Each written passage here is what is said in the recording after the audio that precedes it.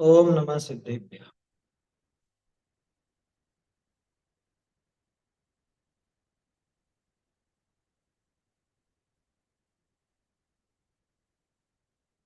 मंगलमय मंगल करण वीतराग विज्ञान नमो ताहि जाते भय अरहंतादि महान। करि मंगल करि हो महाग्रंथ करण को काज। जाते मिले समाज सब पावे निज पद राज। मोक्ष मार्ग प्रकाशन में आठवां अधिकार अपना चल रहा है। प्राणायाम योग के व्याख्यान का विधान ये अपन देख रहे हैं। अपन ने इसका ये बिंदु प्रारंभ किया कि चरणान योग में छद्मस्थ की बुद्धि गोचर स्थूल पने की अपेक्षा लोक प्रवृत्ति की मुख्यता सहित व्याख्यान करते हैं, है ना। स्थूल बुद्धि में जो पकड़ में आ जाए, छद्मस्थ की बुद्धि स्थूल है, छद्मस्थ की ऐसी स्थूल बुद्धि में पकड़ में आ जाए, ऐसा कथन किया जाता है। कोई केवल ज्ञान गम्य कथन नहीं किया जाता। और खास चीज है, लोक प्रवृत्ति की मुख्यता से कथन करते हैं। कारण क्या है? एक लाइन बहुत काम की थी उस पैराग्राफ। यहाँ आचरण कराने का प्रयोजन है। भाई जिसका आचरण हो सकता हो उसी तरह से उपदेश दिया जाए। जिस बात का आचरण ही नहीं हो सकता वैसा उपदेश नहीं दिया जाए। रावक त्रस हिंसा का वो भी सिर्फ संकल्प पूर्वक त्याग कर सकता है, तो उसको संकल्प पूर्वक त्याग करने को ही अणुव्रत कहा गया। वहां ऐसा नहीं समझ लेना कि त्रस हिंसा का त्याग है, इसके तो सर्वथा ही त्रस हिंसा का त्याग हो जाता हो, ऐसा नहीं। इसमें उदाहरण आए थे विषय भोग आदि में भी त्रस जीवों का घात होता है, और इसको भी पता है कि त्रस जीवों का घात वहां होता है। लेकिन कुछ क्रियाएं गृहस्थ दशा में छूटती नहीं है। अरे त्रस का घात का त्याग छोड़ो, मतलब त्रस के घात के त्याग की बात करें तो मुनिराज जो कि स्थावर हिंसा का भी त्याग कर चुके हैं, उनके भी त्रस तक का भी पूरी तरह से घात मिटता नहीं। कारण कि बहुत छोटे छोटे जीव होते हैं, सूक्ष्म से सूक्ष्म जीव भी पाए जाते हैं जो आंखों से दिखते ही नहीं है। उनको कैसे बचाव है? मुनिराज के गमन का प्रकरण कल अपन ने देखा था, है ना। और कल ये बात भी आई थी, मुझे एक विकल्प आया थोड़ा सा उसके संबंध में बात करने का। जल में गमन की जो चर्चा थी, है ना। जल का आशय तो मैंने आपको बता दिया था कि भाई नीचे जमीन दिखनी चाहिए, इतना मात्र जल की बात है, और जल की बात नहीं है। कोई कह सकता है नौका आदि की बात भी आती है। कहाँ आती है मैं स्पष्ट उल्लेख पूर्वक आपको बता रहा हूँ। क्यों बता रहा हूँ?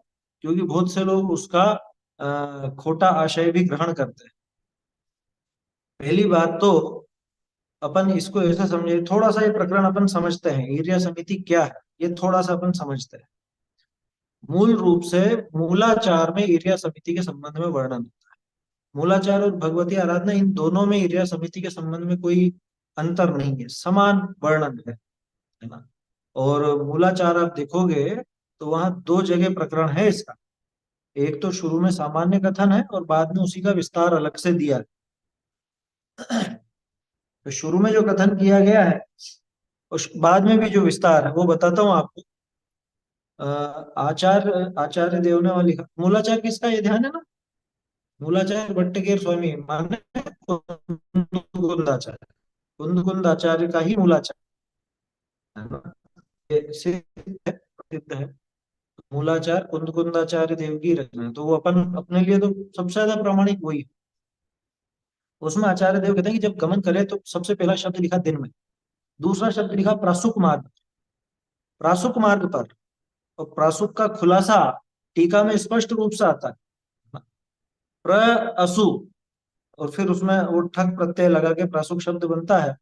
प्रगता असु यानी जीव, कि जिसमें से जीव चले गए हो। कैसे चले गए हो? कि जिसके ऊपर बहुत गाड़ियों का, व्यक्तियों का, जानवरों का इत्यादि वगैरह इन सबका गमन हो चुका हो, तो वहां पे अब जीव नहीं, जिसमें एकेंद्रीय जीव भी अब नहीं है, ऐसा वहां पे प्रासुक शब्द लिया गया। मार्ग प्रासुक हो गया दिन के उजाले में, है ना। और उसके बाद फिर चार शुद्धियों का वर्णन वहां पे करते हैं वो, कि एक तो मार्ग शुद्धि, तो मार्ग शुद्धि इस कारण से हो गई। एक है प्रकाश शुद्धि, आया समझ में? प्रकाश शुद्धि माने प्रकाश बराबर होना चाहिए, रोशनी होनी चाहिए। और प्रकाश शुद्धि में दो चीजें ली, खुद की आंखों की रोशनी भी और सूरज की रोशनी भी। समझ में आ रही बात? जिसकी आंखें बराबर नहीं है वो ईर्ष्या समिति नहीं पाल सकता। ये बहुत बारीक बारीक चीजें हैं, इनको आप गौर करोगे तो अपने आप ही आपको समझ में आ जाएगा क्या कहना चाहते। वो नदी आदि में नाव वगैरह का प्रकरण बनेगा या नहीं बनेगा, इन बातों को अगर आप पकड़ के देखोगे तो अपने आप ही समझ में आ जाएगी। दिन होना चाहिए, प्रासुक मार्ग होना चाहिए, उपयोग शुद्धि तीसरी, उपयोग शुद्धि, कि वहां गमन करते समय उपयोग बिल्कुल स्थिर रहना चाहिए। वहां पे वो चार हाथ देख करके जो गमन है वो तो विधि है ही सही, लेकिन उपयोग वहीं पर लगा हो और आत्म स्वरूप का चिंतन करते हुए चलते हो। समझ में ही बात करते हुए नहीं चलते हो, लिखा है उसमें साफ साफ। इधर उधर देखते हुए नहीं चलते हो, तीव्र गति से नहीं चलते हो, है? हाथ पैर हिलाते हुए, कूदते फांदते हुए, दौड़ते हुए नहीं चलते हो। ये सब उसमें वर्णन है, ठीक है। और चौथा है आलंबन शुद्धि, किस लिए गमन होगा, किस लिए गमन होगा। तो उसमें तीन चार उन्होंने कारण दिए। एक तो तीर्थ यात्रा, एक गुरु का समागम, समाधि लेना अथवा करवाना किसी की, है ना, ऐसे, और शास्त्र अभ्यास। ये चार मुख्य कारण बताए। कुल मिला के धार्मिक प्रयोजन से ही मुनिराज का गमन होता है। पर्यटन के लिए, बाग बगीचा देखने के लिए, घूमने फिरने के लिए, इसके लिए गमन नहीं होता। ये ईर्ष्या समिति के अंदर वर्णन है। मैं चाहूं तो अभी यहाँ पे आपको पढ़ के भी बता सकता हूँ, लेकिन मैंने आपको जो बताया वो का वही उसके अंदर है, आप देख लीजिएगा मूलाचार में। शायद 304 386 कुछ गाथा के आसपास है, और शुरुआत में भी, ठीक है ना, मूलाचार ग्रंथ में। अब इसमें जो बातें आई उसी के विस्तार में ऐसा भी लिखा गया, हिलता हुआ आधार हो उस पर भी गमन नहीं करते। क्या मतलब? हिलते हुए पत्थर आदि पे भी गमन नहीं करते। क्यों? क्योंकि उसके नीचे जीव हो सकते हैं। ये सारी बातें क्यों बता रहा हूं, अब पानी पे लगा के देखो ये सारी बातें। प्रासुक, पहला जो उसमें लक्षण दिया प्रासुक, वो जल प्रासुक होता ही नहीं है। वो ठहरे हुए जल में वो गमन करेंगे, वो प्रासुक कैसे होगा? एक इंद्रिय जीव नहीं है उसमें, हाँ? एक इंद्रिय जीव है वहां।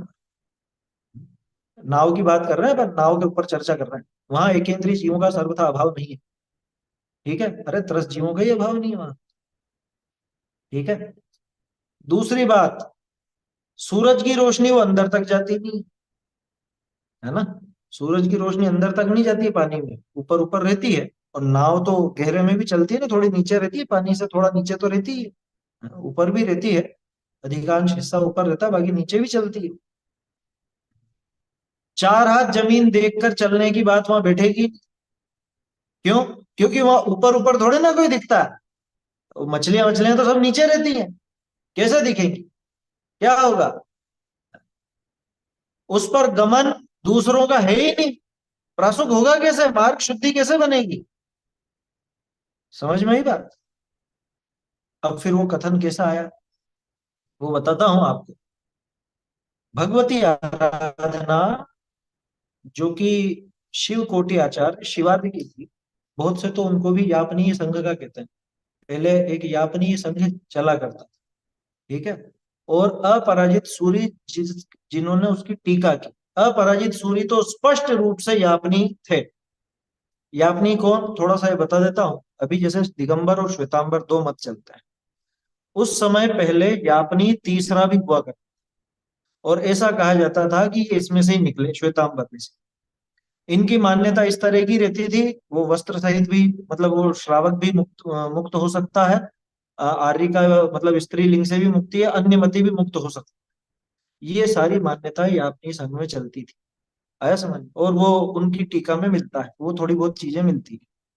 यापनी इसलिए अलग हुए श्वेतांबर उसे, क्योंकि उन्होंने दिगंबरत्व को स्वीकार किया।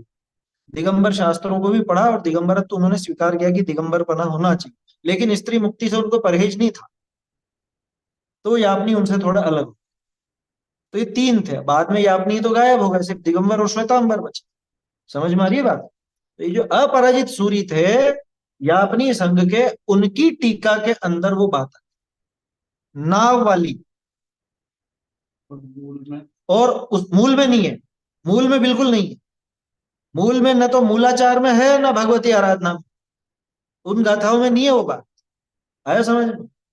ये भी थोड़ी देर पहले देख करके आया हूं मैं अच्छे से, मूल को भी देखा, टीका को भी देखा। सदा सुख जी ने, सदा सुख जी की टीका अपन देखते हैं ना, सदा सुख जी ने स्पष्ट लिखा कि ये यापनी थे, प्रामाणिक नहीं। समझ में आई बात? जो विजयोदया नाम की टीका है, विजयोदया टीका भगवती आराधना की, अपराजित सूरी ने लिखी है ना, वो अप्रामाणिक बताई सदा सुख जी ने और पहले के विद्वानों ने। अच्छा, इन्होंने नाव भी लिखा? इन्होंने नाव नहीं लिखा, अपन बात कर रहे हैं नाव की, क्योंकि वो प्रसंग कल आया है ना, तो दिमाग में मेरे बात आई, क्योंकि बहुत से लोग ऐसी बात करते हैं, तो उसका खुलासा होना वाजिब। तो अपने किसी भी आचार्य ने नाव में बैठने का पक्ष नहीं लिया, नहीं लिया कहीं पर भी। ये प्रकरण सिर्फ अपराजित सूरी ने लिया, और वो प्रामाणिक नहीं है ना। वो जो टीका है, मतलब वो यापनी संघ के थे, इस वजह से उनको प्रामाणिक नहीं कहा जाता। सदा सुख जी ने तो साफ नकार दी।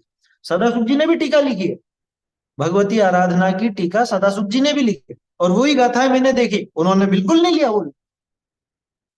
उन गाथाओं में वही चीज थी जो मूलाचार में इरिया समिति का वर्णन था, और इन्होंने अपने मन से विहार की उसमें चर्या में वो भी घुसा। समझ में आ रही बात? ये डिटेल में इसलिए बात करनी पड़ रही है, क्योंकि बहुत से लोगों के दिमाग में होगा कि देखो पानी वगैरह में गमन होता है, टोडरमल जी ने भी लिखा। पानी के गमन का बता दिया मैंने आपको कि कहाँ होता है। वो कुछ ऐसा हो जाए, बाढ़ वगैरह की समस्या बनती हो, या कुछ ऐसी बात हो, बिल्कुल अपवाद रूप में, वो भी कायदा नहीं है, अपवाद रूप में, वो भी कितना कि बहता हुआ होना चाहिए, ताकि बहते हुए पानी देखो अपने आप में प्रसुप हो जाता। दूसरी बात, सूर्य की रोशनी से वो जमीन दिख रही है वहां पे, तो उसका बताया, वो भी राजमार्ग नहीं। खास बात यह है, वो भी राजमार्ग नहीं है, ऐसा समझ लो।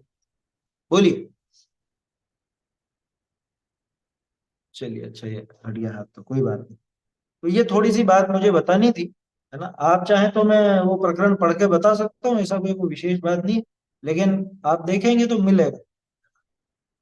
ये चर्चा इसलिए आई क्योंकि यहाँ बात आई थी ना कि मुनिराज का भी उसमें पृथ्वी में जल में गमन होता है। वैसे अपन जानते हैं, तीन तरह से गमन हो सकता है। वायु का तो अपने को पता है ना, वायु में मुनिराज का गमन, आकाश गमन, वो हो सकता है, और पृथ्वी पर होता है। जल में अपवाद रूप में नाव का प्रयोग तो बिल्कुल भी नहीं, नाव का तो प्रयोग है ही नहीं। और जब हिलते हुए पत्थर तक पे पैर नहीं रख सकते, तो उस पर कैसे रख, वहां कैसे गमन है? समझ में आ रही है बात? इसलिए वो किसी भी तरह से उचित नहीं है ना। ये प्रकरण सहित मैंने आपको बताया है, आप लोग चाहें तो उसमें देख सकते हैं। सदा सुख जी की टीका भी है भगवती आराधना की, और उनकी है जिसमें वो वर्णन आता है, तो सदा सुख जी ने तो लिखा नहीं। रही बात मूल, जो अपना मूलाचार, वो सबसे ज्यादा प्रामाणिक ग्रंथ है। मूलाचार पर कोई उंगली नहीं उठा सकता, कुंद कुंद आचार्य देव का ग्रंथ।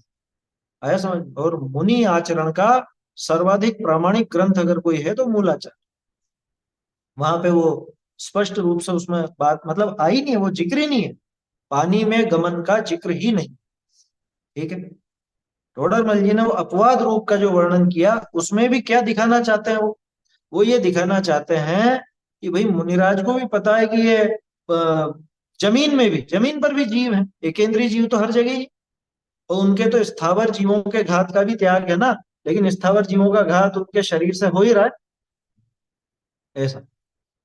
फिर भी महाव्रत है उनके, अहिंसा महाव्रत क्यों? कारण क्या? याद कीजिए पहली लाइन, यहाँ आचरण कराने का प्रयोजन है, लौकिक प्रवृत्ति के अनुसार ही आचरण किया जा सकता है। जिनको देखोगे उन्हीं को बचा सकते, और जो नहीं दिखते उनको भी बचाने का उपाय तो वो करते हैं पीछे आदि से। क्या? पीछे से जो परिमार्जन आदि करते हैं, वो नहीं दिखने वाले सूक्ष्म जीवों को बचाने का ही उपक्रम है। लेकिन उसके बावजूद वो जानते हैं सांस लेने में छोड़ने में इसमें भी घात होता है। लेकिन क्या इसको रोक सकते हैं? रोक नहीं सकते। अरे गमन करने में अपने आप में ही हवा के जो जीव हैं, वायुगायिक जीव, क्या उनका घात नहीं होता? होता। जानते हैं वो ये। लेकिन भाई वही है, लोक प्रवृत्ति के अनुसार कैसा वो नियम का साधन हो सकता है, उस अनुसार उसको महाव्रत नाम दिया जाता है ना।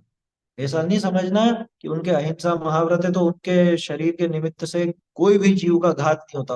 होता है। प्राणानियोग और केवल ज्ञानी तो जानते हैं कि होता है जीव का। लेकिन जो बुद्धि पूर्वक छोड़ा जा सके और जिस हिंसा से बचा जा सके, जितना उनके हाथ की बात है उतना हो त्याग। 10 लक्षण की पूजा में, क्षमा में, हाँ। सखी, हाँ। हाथ हिलाने पे जीव मर जाता जीव है। मर जाते हैं। हिलाने, निरोधी अग्नि। 10 लक्षण की पूजन में है, आपने करी होगी। क्षमा के अर्घ में, वो जो अर्घ दिए बाद में, विशेष अर्घ, उसके अंदर आता है। पवन से और हाथ हिलाने से, इनसे इनसे जीवों का घात होता है, वो सब वर्णन आता है। बोलने से उसका घात, इसीलिए तो नहीं बोलते हैं हाँ। मुनिरा। मुनिराज क्यों बोलने का मतलब निषेध क्यों है उनके रात में? वही कारण है, जीवों का घात विशेष। मुनिराज सूर्यास्त के बाद सूर्योदय के पहले बोलते नहीं है बिल्कुल भी ना। बोलिए। ऐसे कोई मुनि संग जैसे विहार करते समय ऐसी जगह पहुंच जाए जहां आगे बढ़ने के लिए नाव का ही सहारा लेना पड़े, तब क्या करें? ऐसा होता ही नहीं है। ऐसी कौन सी जगह है? वो जाएंगे, घूम हाँ, करके जाते हैं, घूम करके तो जाएंगे। अब सब कुछ प्री डिसाइडेड तो होता नहीं है, तो वो तो ऐसे चलते हैं कि कहीं भी पहुंच सकते हाँ, हैं। नहीं होना तो उधर से मुड़ जाएंगे, क्या दिक्कत है? किसी मना वापस लौट सकते हैं मतलब, है ना? हाँ, लौट सकते हैं, दूसरी जगह जाएंगे। और विशेष ज्ञाता होते हैं संघ के, जो संचालक आचार्य होते हैं, है ना, वो विशेष ज्ञाता होते हैं।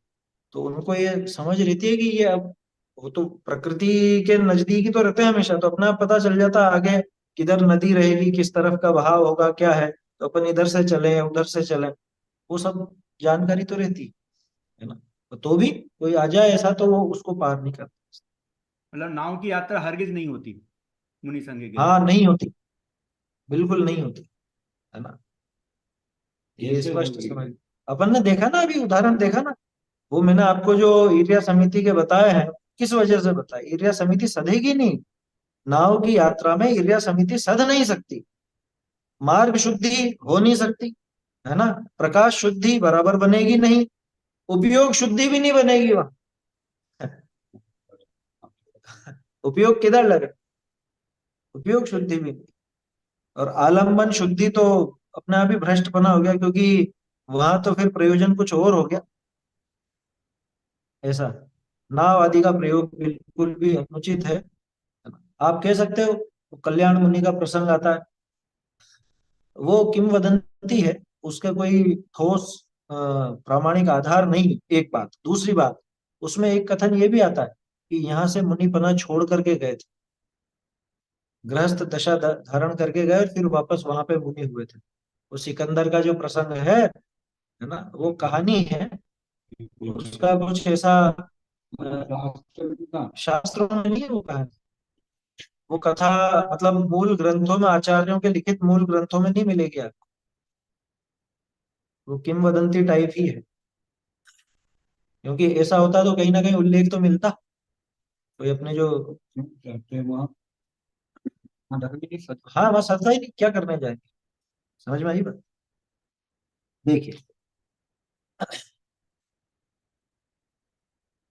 क्या कह रहे हैं।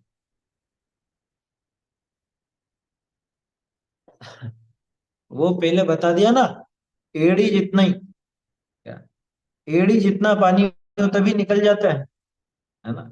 अगर ऐसा लगे बाढ़ वगैरह का ऐसी संघ पे समस्या आती दिखे तो पहले निकल जाते हैं। वो वही वही अपवाद मार्ग है। क्या वो संघ की रक्षा के लिए जा रहे हैं, वहां से बीच में बहता हुआ पानी भी है तो उसमें से निकल के जाते हैं, वो देख कर। ऐसा ही कुछ अपवाद बनता है, कहने का अर्थ ये, है ना। नाव का तो प्रयोग नहीं होता, बिल्कुल भी नहीं होता।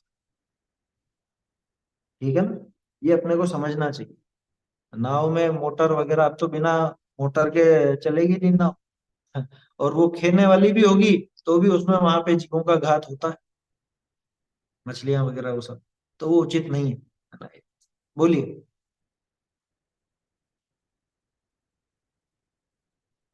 आप रेज हैंड करोगे तो उनको पता चलेगा, आप ऐसे हाथ उठाओगे तो पता नहीं चलेगा।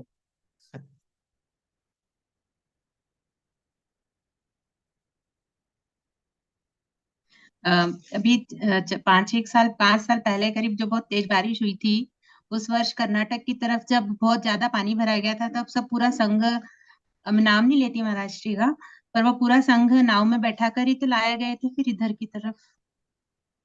मैं शास्त्र में जो लिखा है वो आपको बता रहा हूँ, नहीं, और फिर अपवाद भी उससे बता उनको दिया दोष कि बात लगेगा क्या? नहीं है बस। वो वहां पे जब ये ऐसी समस्या सामने आएगी तो आचार्य पहले ही उसका आकलन करके वहां से गमन कर लेते। अकंपनाचार्य आदि चल ही नहीं गए थे क्या जब उनको ऐसा लगा था? हैं? ये आचार्य की नहीं भाई, जब जिम्मेदारी है। ऐसी स्थिति बन गई भैया, तो फिर उनको क्या करना चाहिए? बहुत बारिश से बाढ़ का देखो, पानी पूरा चारों तरफ भरा गया है, और वहां पर इतनी इतनी स्थिति थी कि पूरा गांव डूब में गया था। फिर उनको वहां से निकाल करके तो नाव में बैठ कर ही आए वो तो मैं फिर वो, यही तो अगर कह वो रहा हूँ ऐसी स्थिति कि बने तो मुनिराज को क्या ये करना स्थिति चाहिए? कोई अचानक नहीं बनती है। वो ही देते हैं। आया समझ में? ऐसी स्थिति अचानक तो नहीं बनती है, वो दिख जाता है कि ये स्थिति आने वाली है। अरे बांध के गेट भी खोल दिए जाते हैं और कोई गांव में एकदम पानी भी आता है ना, तो धीरे धीरे जल स्तर बढ़ता है, धीरे धीरे बढ़ता है। कोई एक झटके में ऐसा तो नहीं होता कि सारा ही और आ जाए तो फिर उपसर्ग मान करके वो वहां पे समाधि आदि जो भी हो वो लेते। आया समझ? मैं इतनी ऊंची बात नहीं कर रहा हूँ तो भी, मैं तो क्या कह रहा हूँ। मेरे को बड़ा समझ में आ रहा है, 25 मिनट आती है, हाँ, 2 मुनि 32 मुनिराज का समाधि मरण में आता है। बड़ा समाधि मरण में। हाँ, अब मैं फिर भी उसकी बात नहीं कर रहा, मैं तो कह रहा हूँ आचार्य देव पहले ही ये चीज समझ लेते हैं कि ये संभावना बन सकती है। बारिश के मौसम में आपको आइडिया लग जाता है ना कि अरे पानी भराने लग गया तो नीचे की मंजिल से सामान ऊपर रखो। है, तो इतना तो अपने को भी समझ में आ जाता है। और नाव वाव का प्रयोग बिल्कुल भी नहीं होता। कोई उठा करके उनको ले जाए वो तो ध्यान में मगन रहेंगे, समझ में ही बात। और कोई बहाना करे इस तरह का लेकर के कि तुम ले जाओ हमको उठा के, हम तो ऐसे ही बने रहेंगे, वो नहीं चलेगा। समझ में आ रही है बात? वो अनुचित है, वो उचित प्रयोग नहीं है। जैसे अगला मैंने इसीलिए सारे शास्त्रों का नाम लेकर के आपसे ये बात की है, क्योंकि मैं जानता हूँ ये भारी है बात। लोगों को ये रहता है कि अरे नहीं नाव में तो जाएंगे ना, इधर से उधर जाएंगे। शास्त्र बिल्कुल अलग है। भाई मूलाचार क्या कहता है और अपन जो टीकाएं पढ़ते हैं वो क्या कहते हैं, उससे अपने को समझ लेना चाहिए। क्या हो रहा है क्या नहीं हो रहा है उसकी बात करने लगेंगे तो बहुत विपरीतता है ना। वो कहाँ तक जाएगी बात? बोलिए। ये आपने वो चार शुद्धि के नाम बताए ना, एक बार फिर से बताओ। मार्ग शुद्धि वगैरह इसका क्या नाम, बोलते हाँ, हैं? मार्ग शुद्धि, है ना, प्रकाश शुद्धि, मार्ग शुद्धि, प्रकाश शुद्धि, उपयोग शुद्धि, और एक आलम्बन शुद्धि। आवाज गया नहीं, आवाज गया। आलम्बन शुद्धि, तीसरा मार्ग शुद्धि है, प्रकाश शुद्धि, है ना, मार्ग शुद्धि, प्रकाश शुद्धि, उपयोग शुद्धि, आलम्बन शुद्धि। ये चार शुद्धियों का वर्णन ईर्ष्या समिति के प्रकरण में आता है, मूलाचार जी में भी स्पष्ट है। बोलिए। ये नौका का तो सवाल ही नहीं होना चाहिए, क्योंकि नौका भी एक वाहन है, और वैसे ही हाँ, मुनिराज का वाहन का त्याग है। नौका भी तो एक सही, वाहन है। अगर वाहन में वाहन ही बैठेंगे है। तो ये समिति वैसे ही नहीं पलेगी। हाँ, किसी भी प्रकार के वाहन में, वाहन छोड़ो, क्या कहूं, कोई भी ऐसा साधन कि जिसको हाँ। कोई और चलाता हो, कोई और चलाता हो, उसके ऊपर बैठकर भी गमन नहीं होता।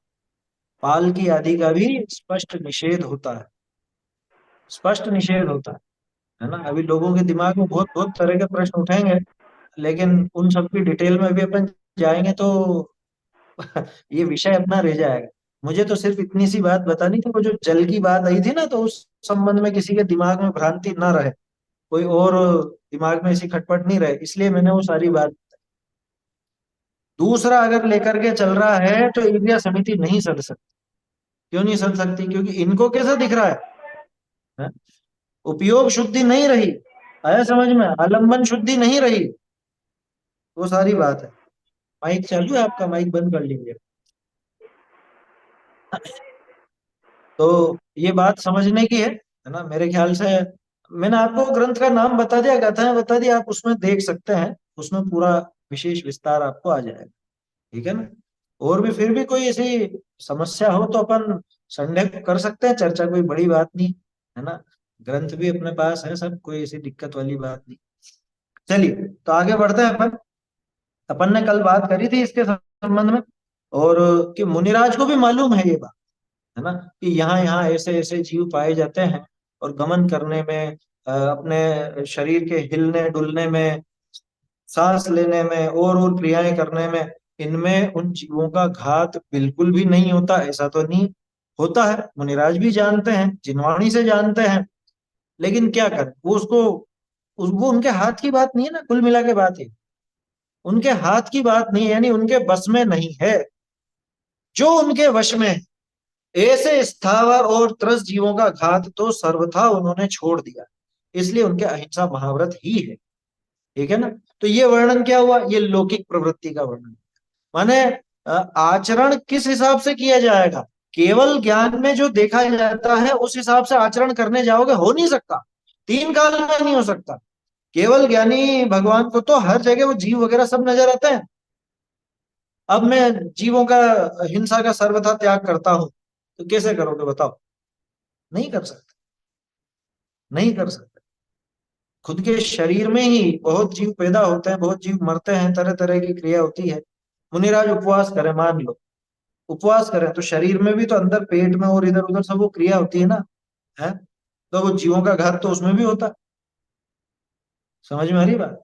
अपने पेट में वो रसायन वगैरह सब बनते हैं ना, है। तो वो भोजन को पचाने में भी रसायन लगते हैं, वहां भी जीवों का घात। और पेट खाली रहता है, और उस समय पे भी जो अंदर क्रिया होती है जो भी, है ना, वो शरीर संबंधी विज्ञान है पूरा, तो उसमें भी जीवों का घात होता है। अब बताओ कैसे बचेंगे उसमें? कैसे बचेंगे? श्रेणी मारते हैं जब अनंत हाँ, हैं, श्रेणी मांडने में निगोदिया जीव मरते हैं। शरीर में जो बोलो क्या हुआ फिर वो कहाँ कैसे अहिंसा हो? भैया, अहिंसा जो कही गई और जो पालने जैसी है, जो पाली जा सकती है, लोक प्रवृत्ति के अनुसार उसका कथन होता है, केवल ज्ञान गम्य कथन नहीं होता। मतलब केवल ज्ञान में जैसे जाने गए जीव, उनकी हिंसा का त्याग नहीं बन सकता। हमारे जो जानने में आते हैं और जो हमारी क्रिया हम रोक सकते हैं, उतने का त्याग किया जाता रात्रि का बोलना रोकते है। हाँ, जैसे उनको पता है कि बोलने में या इनमें हिंसा है, और रात में ज्यादा हिंसा, तो रात में नहीं करते हो। रात में गमन आदि नहीं होता, रात में बोलना नहीं होता। सूर्यास्त के बाद मुनिराज बोलेंगे नहीं, आया समझ? हित मित और प्रिय बोलते हैं, अब बोलने में भी हित मित प्रिय, वो तो जानते ही हैं आप सब, क्या लगते हैं अमृत जिनका भाषा समिति के अंदर शामिल है वो बात। कैसा बोलते हैं, कब बोलते हैं, कब नहीं बोलते हैं, अरे मूलाचार में बहुत विस्तार से वर्णन है। क्या? एक एक क्रिया का। समस्या क्या है? हम हमारा चश्मा लगा करके मुनिराज की भूमिका तोलते हैं ना, हम हमारे नाप से तोलना चाहते हैं, वो होगा नहीं, जब नहीं है कि इतनी वजह से इतनी वजह बोला बोल ही नहीं सकते। उस समय आत्मलीनता का भाव हुआ तो कैसे बोलेंगे? आया समझ में? जब मुनिराज आत्मलीन हो, और आप तो सोचो कि बोलेंगे बोलेंगे बोलेंगे, अरे आप तो देखो प्रथमान योग की कहानियों में देखो, उससे समझ जाना चाहिए। वहां गए और जाकर के नमोस्तु करके बैठ गए, और ज्ञान उनका ध्यान नहीं टूटा, तो बैठे रहिए आधा पौन घंटा, एक घंटा, 2 घंटा मुनिराज के पास बैठे रहे, उनका ध्यान नहीं टूट रहा, वापस उठ करके आए। अरे 66 दिन तक तो महावीर स्वामी नहीं बोले थे, लोग 3 3 बार जाते थे, 2 घंटा 24 मिनट बैठते थे कि अब बोलेंगे अब बोलेंगे अब बोले, नहीं बोले तो नहीं बोले। वो तो खैर यूं भी नहीं बोलते, उनका तो बोलना भाव पूर्वक होता भी नहीं, तीर्थंकरों। मुनिराज भी नहीं बोले तो नहीं बोले। जैसे अनियत विहारी होते हैं ऐसे ही अनियत भाषी होते हैं। समझ में आई बात? मुनिराज का विहार जिस तरह से अनियत है उसी तरह से उनका बोलना भी कोई नियत नहीं है। आप नहीं कह सकते कि आप 7 बजे आपका बोलना है, 7 बजे आपको ये उपदेश देना है। समझ में आ रही बात? वो नहीं बन सकता कि 7 बजे आत्मलीन नहीं हो सकते वो। हाँ? हो जाए तो हम लोग हैं ऐसे जो हम टाइम बांध करके इधर जाना या ये करना वो करना, क्योंकि हमारी प्रवृत्ति थोड़ी ऐसी है। क्या करो, गृहस्थ दशा है ना, तो यहाँ अपन समय वगैरह का वो ध्यान रख लेते। मुनिराज तो उनका मुख्य कार्य करेंगे पहले, ये गौण कार्य थोड़ा करना है बेटे। बोलिए। अरिहंत भगवान का भी जब भी परम औदारिक शरीर बनता है तभी भी हाँ निगोदिया जीवों का घात ही होता है ना, हाँ, बराबर है घात ना? होता है। हाँ, घात होता है, वो वहां पर घात होता है। जब परम उदारिक शरीर हो जाता है तो वहां पे वो घात होता है ना। लेकिन वहां पे हाँ, एक उल्टा हो गया, वो घात हो चुका होता है तब वो बनता है। मतलब केवल अच्छा। ज्ञान जब प्राप्त होने वाला है उस समय ये श्रेणी वाली बात आ गई। और क्या, वो जो श्रेणी की बात की ना अपन ने, श्रेणी मानते हैं, इधर क्षपक श्रेणी में ऊपर चढ़ते जाते हैं, यहाँ जीवों का वो निगोदिया जीव अपने आप ही समाप्त होते जाते हैं। बल्कि मैं इसको दूसरी दृष्टि से देखते हैं। बहुत से लोग यूं कहते हैं कि अरे उसमें तो घात हो रहा है। उनकी आयु उतनी थी, उनकी आयु अपने आप पूरी होती जाती है और इधर इनके वो केवल ज्ञान की प्रकटता होती है। ऐसा समझना चाहिए। ऐसा नहीं कहना कि इनके वो शुक्ल ध्यान की वजह से वो जीवों का घात हो रहा है। शुक्ल ध्यान जीवों के घात का कारण नहीं, उसको जीवों के घात में निमित्त मत कहो। वो तो अनंत ज्ञान का कारण, अनंत सुख का कारण। समझ में आई बात? उनकी आयु इतनी थी, वो जो जीव बचे हुए थे शरीर में उनकी आयु उतनी ही थी, तो वो उतनी आयु पूरी करके वो समाप्त हो जाते हैं। तीर्थंकरों के गमन से नहीं होता, किसी का घात नहीं होता, है ना। उनके शरीर से किसी भी जीव का घात नहीं होता, ऐसी विशेषता है। जो आप सोच रहे हो सूक्ष्म निगोदिया, सूक्ष्म निगोदिया तो ऐसे होते हैं जो आर पार निकल जाए। आया समझ में? सूक्ष्म निगोदिया तो ऐसे हैं जो आर पार निकल जाएंगे, उनसे कोई वो बाधा नहीं पाता, ऐसे होता है। चलिए, तो ये अपन ने हिंसा अहिंसा का वर्णन जो चरणानुयोग में आता है उसके बारे में देखा, अणुव्रत के बारे में भी देखा और महाव्रत के बारे में भी देखा। अहिंसा अणुव्रत और अहिंसा महाव्रत दोनों का वर्णन लोक प्रवृत्ति के अनुसार ही है ना। केवल ज्ञान गम्य कथन नहीं है। हम जैसे छद्मस्त जीवों के बुद्धि गोचर कथन है, स्थूल पने की अपेक्षा कथन, स्थूल पने के, जो क्रिया से सध सकता हो ऐसा स्थूल पना इसके अंदर आता है। चलिए अब आगे देखते हैं अपन, है ना। ये मेरे ख्याल से पैराग्राफ अधूरा रह गया था शायद, है। स्थावर हिंसा का भी त्याग कया सो मुनि पृथ्वी जल आदि विषय गमन करे है, तहाँ सर्वथा त्रस का भी अभाव नहीं। अरे सर्वथा त्रस भी नहीं खत्म होते वहां से। जाते हैं त्रस जीव की भी अवगाहना ऐसी छोटी हो है जो दृष्टि गोचर न आवे। ऐसी छोटी अवगाहना वाले त्रस जीव भी होते हैं जो आपकी आंखों से पकड़ में ही नहीं आए।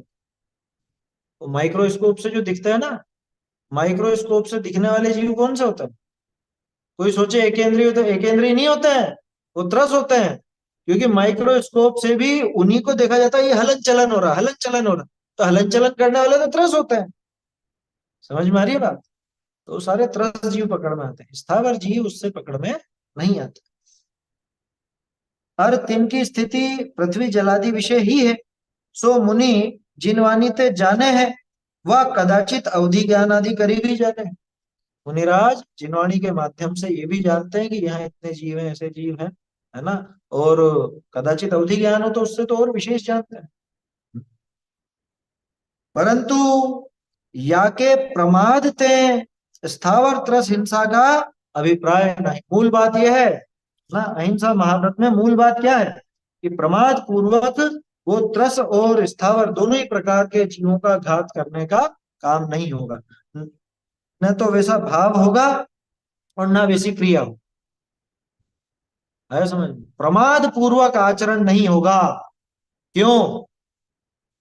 क्योंकि हिंसा में प्रमाद परिणति मूल है। देखो तो सही, आचार्यों ने कैसे हर जगह एक सामंजस्य बिठाया है। हिंसा की परिभाषा क्या, कि प्रमत्त योगात प्राण व्यप्रोपणम हिंसा, है ना। प्रमाद का योग ही तो मुख्य क्या है ना उसमें, उसी चीज को पकड़ के टोडरमल जी ने लिखा है, हिंसा में प्रमाद परिणति मूल है।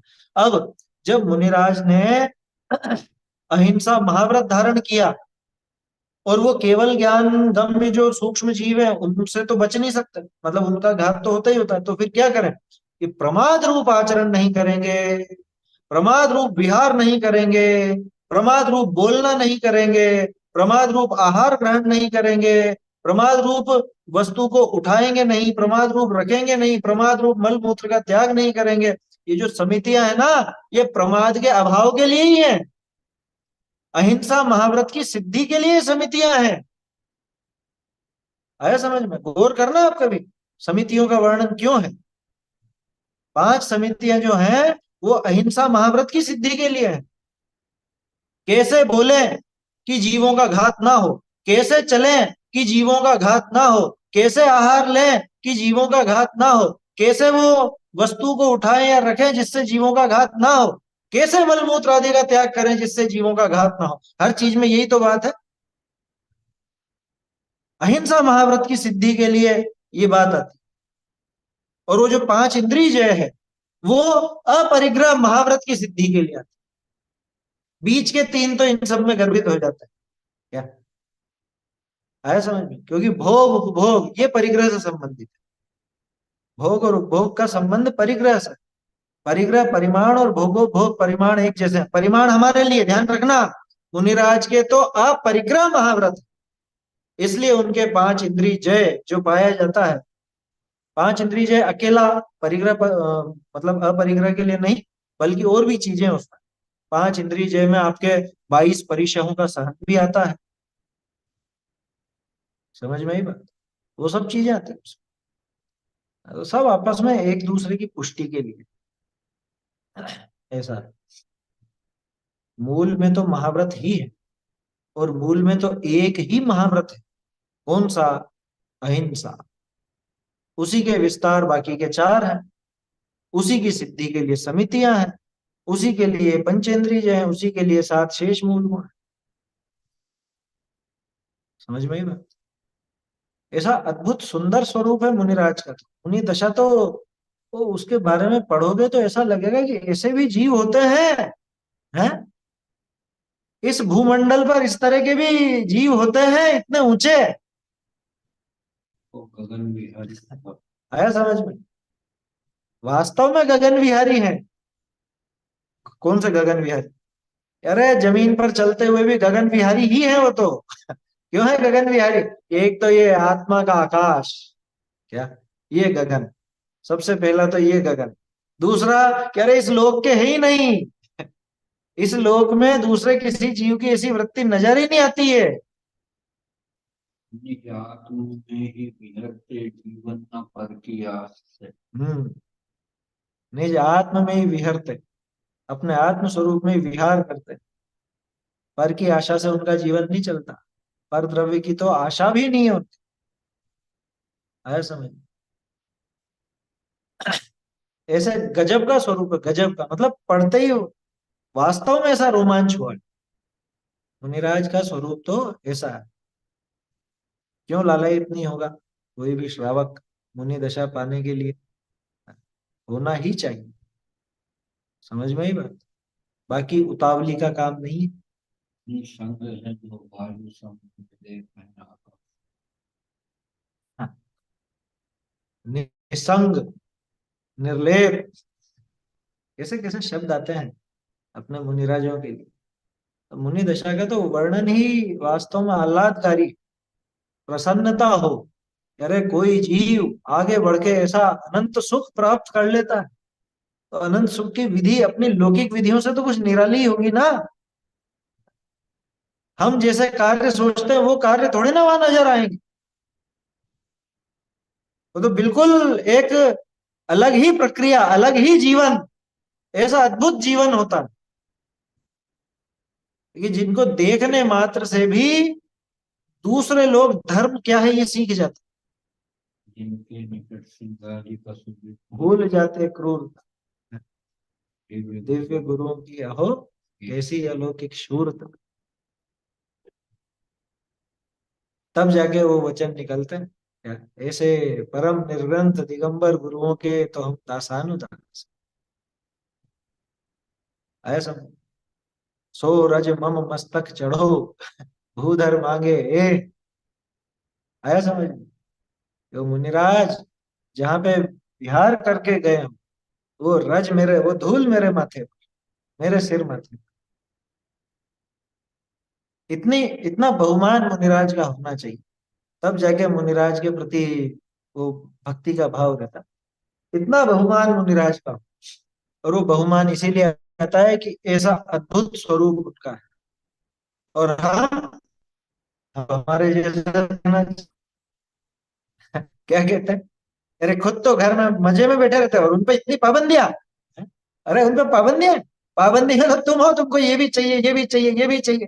वो तो सारी पाबंदियों को तोड़ करके, सारी जंजीरों को तोड़ करके मुक्त होने जा रहे हैं, इसलिए पहले यहां से मुक्त हुए।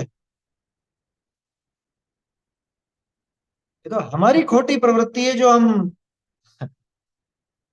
अरे कूप में खड़े गगन को देखते, ऐसी पंक्ति है बाबू जी। शर्म शर्म धी पुंज अरे धिक्कार तुम्हें। कुएं में खड़ा हो ना, कुएं में खड़े होकर देखता आकाश कितना बड़ा, कितना बड़ा आकाश, कि बस वो कुएं की जो जगत है, जगत मानो उसकी जो पाल होती है ना, बस इतना ही होगा और क्या। अब वो मेंढक रहता है अंदर, तो बाहर से एक दूसरा मेंढक आया कुएं में, उससे बातचीत कर रहा हो, कैसा बाहर का, बाहर की दुनिया कितनी है, कितनी बड़ी होगी, क्योंकि दुनिया बहुत बड़ी, बहुत बड़ी। तो मेंढक ने दोनों हाथ फैला, इतनी, इतनी बड़ी, अरे मूर्ख बहुत बड़ी है। फिर मेंढक ने छलांग लगा करके दिखाई कि यहां से यहां तक कूद गया, इतनी बड़ी। ओके, अरे बहुत बड़ी है। कहता क्या बात करता है, इस कुएं से भी कोई बड़ी होगी क्या, पूरे कुएं के बराबर है क्या वो दुनिया। तो ऐसे ये ऊप मंडूक की तरह हम लोग सोचते हैं। मुनिराज का स्वरूप इतना आसमानी, ऐसा गजब का, और हम हमारी प्रवृत्तियां मुनिराज के स्वरूप में घुसा। अरे क्या चक्रवर्ती और इंद्र भी उनको नमस्कार आया समझ, वो मेरी ऐसी दशा। जैसी तुम धरती, बोलो ऐसा अद्भुत मुनिराज का स्वरूप है ना। पढ़ना चाहिए, समझना चाहिए। काहे के लिए, बस ऐसी काल्पनिक आनंद के लिए। अरे खुद भी आगे बढ़ करके कब मुझे ऐसी दशा प्राप्त हो, कब मेरी ऐसी दशा हो। का स्वरूप अच्छा लगा है तो बनेगा ही। हम्म शांति पसंद आई है उनकी तो शांत शांत भी प्रशांत हो। परम शांत रस रूप, ऐसा आता है मुनिराज के लिए। क्या? मुनिराज की मुद्रा कैसी, परम शांत रस रूप। एक ही वो तो अरहंत का होगा कि, अरे मुनिराज का भी वही स्वरूप। अरहंत मुद्रा और मुनि मुद्रा में कोई अंतर है? चलते फिरते सिद्ध कहा ना। हाँ, कोई अंतर है क्या? दर्शन पाउड में मुनिराज को चलता फिरता जैन दर्शन कहा जाता है। ये अरहंत कैसे होते हैं, सिद्ध कैसे होते हैं, ये देखना है तो मुनिराज को देखो। अब हम तो मुनिराज को हमारे जैसे ही देखना चाहते हैं तो फिर क्या क्या दिखेगा, क्या इसको अरहंत का स्वरूप ख्याल में है? इसने मुनिराज का स्वरूप भी बिगाड़ लिया अपने दिमाग में। चलिए, ये बातें असंभव नहीं है। कोई सोचे अरे ये तो कुछ असंभव सी बातें, असंभव नहीं है ये बातें, ध्यान रखना। क्या, जिन अरहंत की आप पूजा करते हो वो अरहंत ऐसे मुनि ही बनते हैं, और कौन बनेगा, नहीं तो बताओ। मुनि दशा के बिना कोई अरहंत स्वरूप आता, अरहंत पना आ सकता है मुनि पद के बिना? हाँ सही है, वो अब हमारे पैरामीटर से गगन को नापते हैं। क्या, हमारा नाप ही गलत है, हमारा नाप तो ही खोटा है। चलिए, तो लोक विषय, भूमि खोदना, अप्रासुक जलते क्रिया करना इत्यादि प्रवृत्ति का नाम स्थावर हिंसा, त्रस हिंसा है। ताको न करे ताते मुनि के सर्वथा हिंसा का त्याग। उन तरह जीवों को पीड़ित करने का नाम। हाँ ये छूट गया, ये हाशिए में लिखा हुआ था। क्या कहा? लोक में भूमि खोदने को या अप्रासुप जल से क्रीड़ा करने को, है बिना छना पानी डोल रहे हैं, बिना छने पे ऐसी क्रिया कर रहे हैं, उससे क्रिया कर, कौन सी क्रिया? गमन आदि की, या समझ लीजिए ये जो शौच आदि के लिए पानी भरा है वो अप्रासुप है, या और कोई विधि है जिसमें अप्रासुप जल से क्रिया की जाती इत्यादि प्रवृत्ति का नाम स्थावर हिंसा। इसका नाम तो स्थावर हिंसा, जिसमें पृथ्वी जल अग्नि वायु वनस्पति, है ना, इनका घात होता। और स्थूल त्रसनी के, ध्यान रखना स्थूल त्रसों, क्योंकि सूक्ष्म त्रस आपको दिखते नहीं, आप कैसे उनसे बचो? अरे वो जो वायरस था कोरोना का, वो भी तो त्रसी था ना और वो पकड़ में नहीं आता, बल्कि वो स्थूल त्रसी था मेरे ख्याल से, क्योंकि वो मशीनों से तो पकड़ में आया। सूक्ष्म भी खेलो तो बच सकते थे क्या? किसी को दिख थोड़ा रहा कि वो आ रहा है उड़ता हुआ वो कोरोना उड़ता हुआ आ रहा है तो मैं बच जाऊं, ऐसा तो नहीं हुआ। स्थूल त्रसनी के पीड़ने का नाम त्रस हिंसा है। स्थूल त्रस जीवों को पीड़ा देना, उसका नाम त्रस हिंसा कहा जाता है लौकिक में, ठीक है ना। ताको न करे, उसको नहीं करते, ताते मुनि के सर्वथा हिंसा का त्याग कहिए। इस तरह से मुनिराज के सर्वथा हिंसा का त्याग होता है। केवल ज्ञानी से पूछोगे कि इनके निमित्त से हिंसा हो रही है कि नहीं हो रही है, तो वो नहीं बैठेगी बात, है ना, क्योंकि वहां तो सूक्ष्म त्रस वगैरह का और स्थावर जीवों का भी घात होता है। तो ऐसे हिंसा हिंसा समझ में आया। तो चरणान योग में हिंसा या अहिंसा का जो वर्णन होता है वो लोक प्रवृत्ति के हिसाब से ही होता है, जिसका आचरण किया जा सकता है वैसा ही। बहुरी ऐसे ही। अब असत्य का या सत्य का देख लो। अनरत, ऐसे ही अनरत स्तेय अब्रह्म परिग्रह का त्याग गया। अनरत यानी देखो, रित बोलते हैं सत्य को, और अनृत माने असत्य झूठ, और नानृत ऐसे तीन प्रयोग चलते हैं। क्या? रित, अनृत, नानृत। तो रित माने सत्य और नानृत माने भी सत्य, अनृत माने असत्य झूठ। ये थोड़ा सा भाषा विज्ञान है। रित, रित का अपोजिट अनृत, अब अनृत का भी अपोजिट नानृत, ना लगा दिया उसके को, आया समझ? अनृत, स्ते, स्ते माने चोरी। ये सब शब्द अपन रत्नकरण में देख चुके हैं, ठीक है ना। अब्रह्म कुशील, परिग्रह, इनका त्याग कया, और केवल ज्ञान का जानने की अपेक्षा। अब देखना एक एक का खुलासा। केवल ज्ञान से पूछो, मतलब केवल ज्ञान में तो इतना आएगा, असत्य वचन योग 12वें गुणस्थान पर्यंत गए। ऐसा कैसे? वो क्या झूठ बोलते हैं? अरे वो बोलते ही नहीं भैया, असत्य वचन योग बताया, वचन योग के भेद है ये, है ना। ऐसे वचन योग के भेद हैं। कितने प्रकार का वचन योग? देखो 4 प्रकार का वचन योग, है ना। सत्य, असत्य, उभय, अनुभय। तो वो असत्य वचन योग कहां तक दिखाया? 12वें गुण स्थान तक उसकी बात है। अब वो केवल ज्ञान गम्य बात है, कोई बोलना करना हो नहीं रहा है कि अच्छा शायद भाव होते होंगे। अरे भाव कहां से होंगे, वो तो आत्मा में लीन है। 7वें गुण स्थान से ही बोलना रुक गया ना, तो वहाँ बोलने का काम नहीं, ना बोलने के भाव का काम, बस वो केवल ज्ञान गम्य बात है। वचन योग में जो संभावना है 4 प्रकार की, उसमें से एक असत्य वचन योग 12वें गुण स्थान तक कहा है, ठीक है। चोरी की बात, अदत्त कर्म परमाणु आदि परद्रव्य का ग्रहण 13वें गुण स्थान पर्यंत। अब बताओ परिभाषा क्या है चोरी की?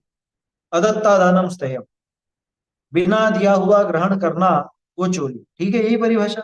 अब ये बताओ, अरहंतों का शरीर को टिकाए रखने के लिए जो आहार वर्गणाएं निरंतर आ रही हैं, अथवा वो कार्बन वर्गणाओं का आश्रय तो लगातार ही हो रहा है ना, तो वो किसी ने दिए क्या? तो बिना दिया हुआ ग्रहण हो रहा है कि नहीं हो रहा? बोलो। तो अदत्त का ग्रहण तो 13वें गुण स्थान तक भी, तो क्या चोरी कहा जाए? अनंत भगवान की चोरी कही जाएगी? चोरी नहीं कहला।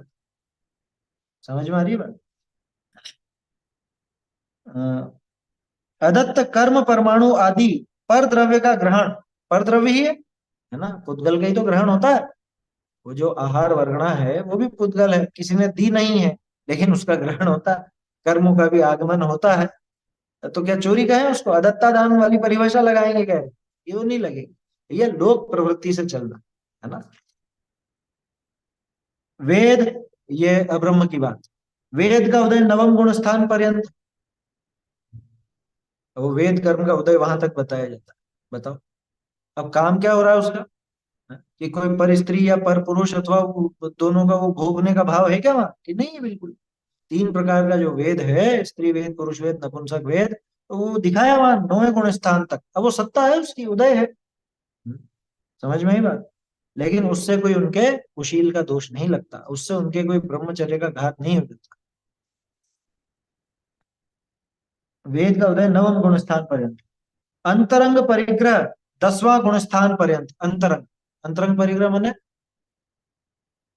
अंतरंग परिग्रह जो 25 भेद बताए है ना, 25 भेद अंतरंग परिग्रह के, उनमें से संज्वलन का है ना, 12 तो नहीं, 12 तो नहीं है, बाकी 13 तो है ना। 13 प्रकार का जो परिग्रह दिखाया है, वो सब है इसमें। आप सोच रहे हो कि अंतरंग 25 किसे कहे? अरे मैं 25 कषायों को गिन रहा हूं, आप अंतरंग परिग्रह गिनोगे तो 14 ही होंगे, है ना। 14 कौन से? मिथ्यात्व 4 कषाय और 9 कषाय, ये 14। ठीक है, तो मिथ्यात्व तो है नहीं, 4 कषाय संजुलन वाली है, 9 कषाय भी संजुलन के लेवल जी, तो 9 और 4 13 हो गई ना। ये तो कह रहा था मैं, 13 प्रकार की तो है। तो 10वें गुण स्थान पर्यंत वो सूक्ष्म लोभ मौजूद है। सूक्ष्म लोभ वो अंतरंग परिग्रह है या नहीं? ये बाकी के तो नहीं है, बाकी सब तो नष्ट हो गए, लेकिन ये सूक्ष्म लोभ भी परिग्रह में गिना या नहीं गिना? अंतरंग है। तो फिर परिग्रह अपरिग्रह महाव्रत कैसे हुआ? भैया लोक में जिसको परिग्रह कहा जाता है वो नहीं है, उसका नाम अपरिग्रह महाव्रत है। सूक्ष्म लोभ आगे तक चले, उसका नाम कोई परिग्रह नहीं हो जाता। की शैली हाँ, यही समझा रहे हैं, चारणानी योग की कथन पद्धति ऐसी है, लोक प्रवृत्ति के अनुसार ही होगा, है ना। लिखा ना शुरू में, वो लाइन याद रखिए, यहाँ आचरण करने का प्रयोजन है। ठीक है, आचरण करने का माने वो बाहरी क्रिया की मुख्यता से ही कथन चलेगा।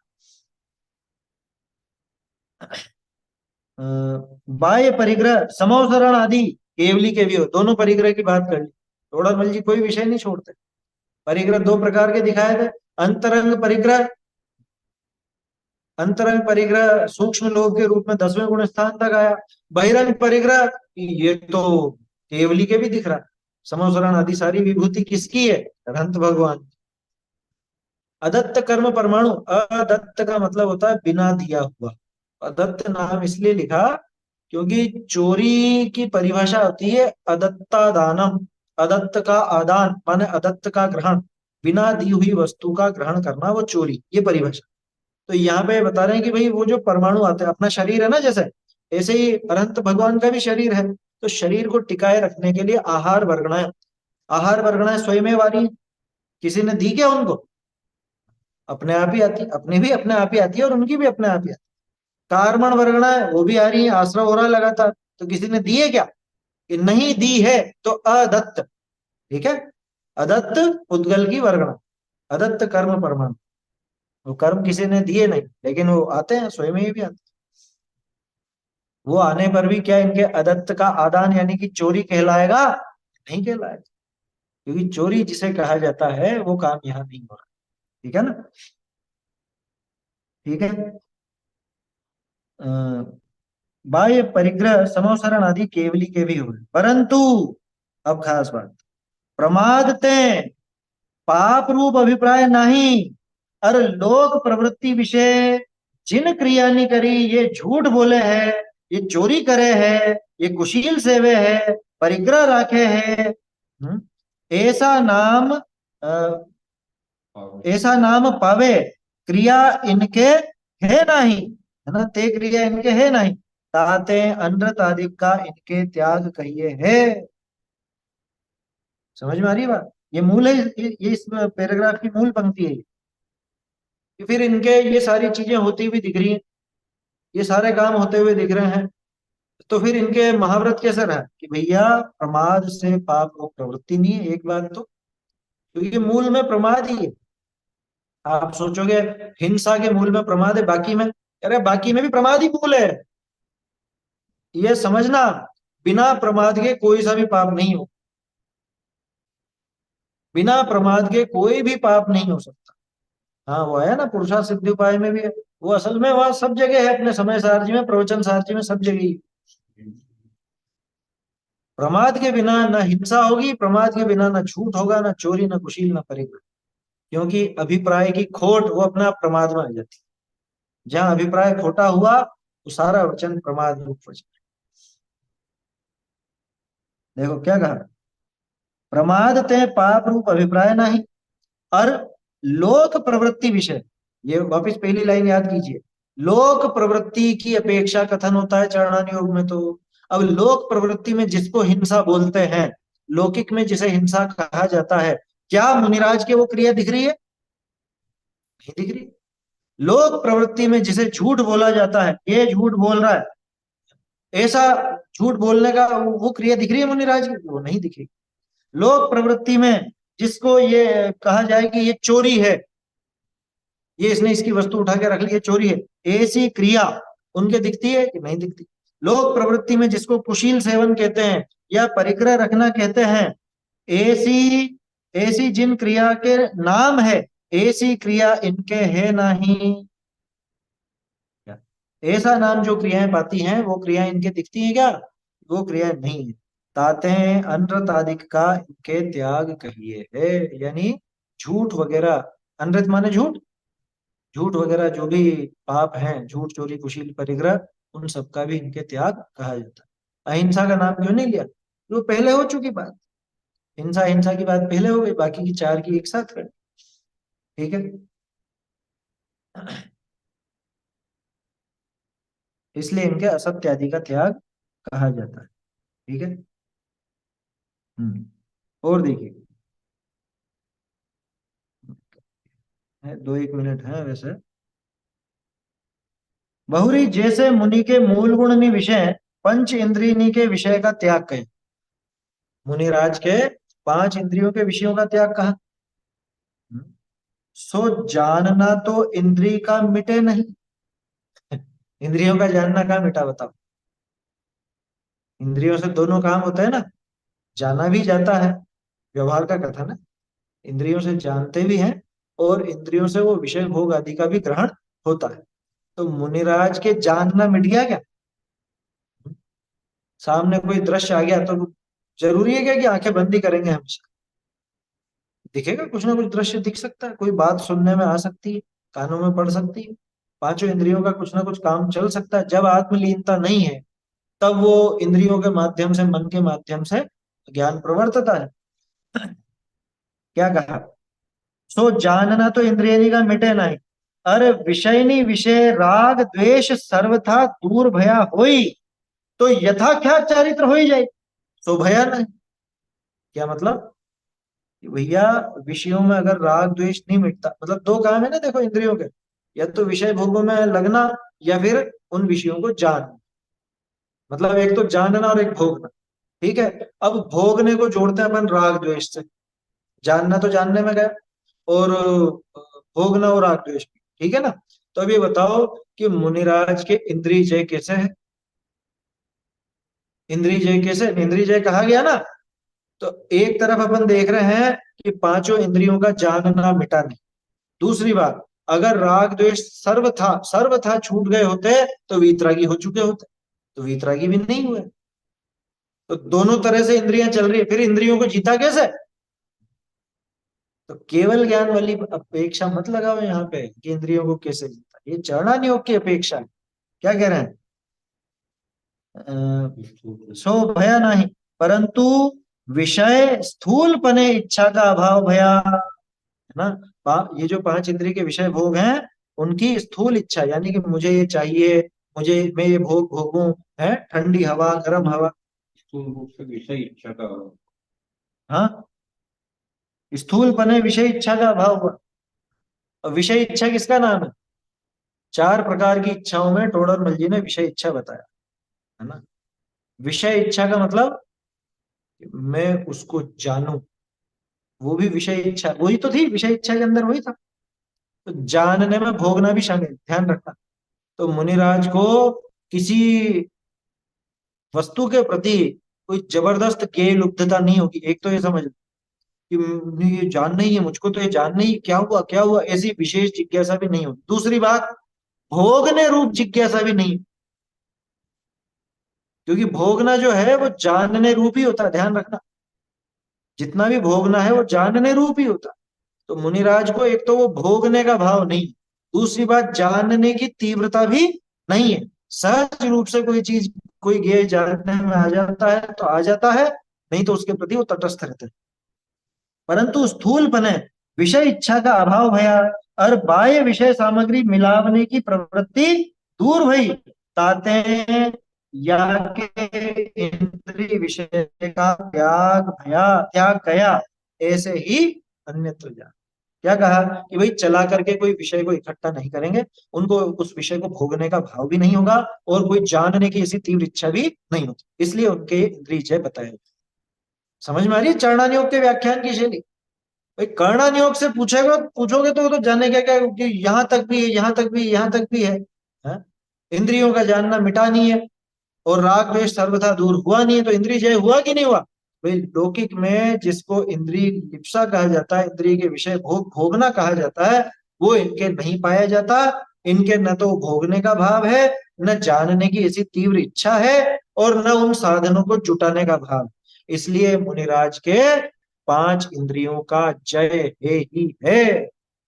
हाँ, हाँ, वो आते हैं श्लोक देश में, ब्रुवन नपि ही न ब्रूते, बोलते हुए भी नहीं बोल रहे हैं, चलते हुए भी नहीं चल रहे।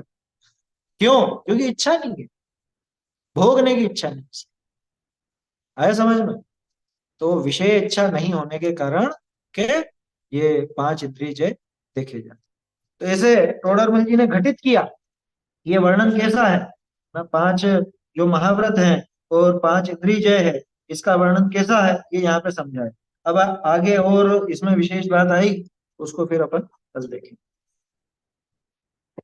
चैतन्य का स्मरण प्रतिक्षण ही करो रे, भव के अनंत दुख को क्षण में हरो रे, अक्षय अनंत निज सौख्य निधान पाओ, गाओ अरे नित इसी के गीत गाओ, निज निधि निज में बताई, यह अनंत उपकार है इसके लिए, जिन वाणी माँ को वंदना शत बार है, वंदना शत बार है।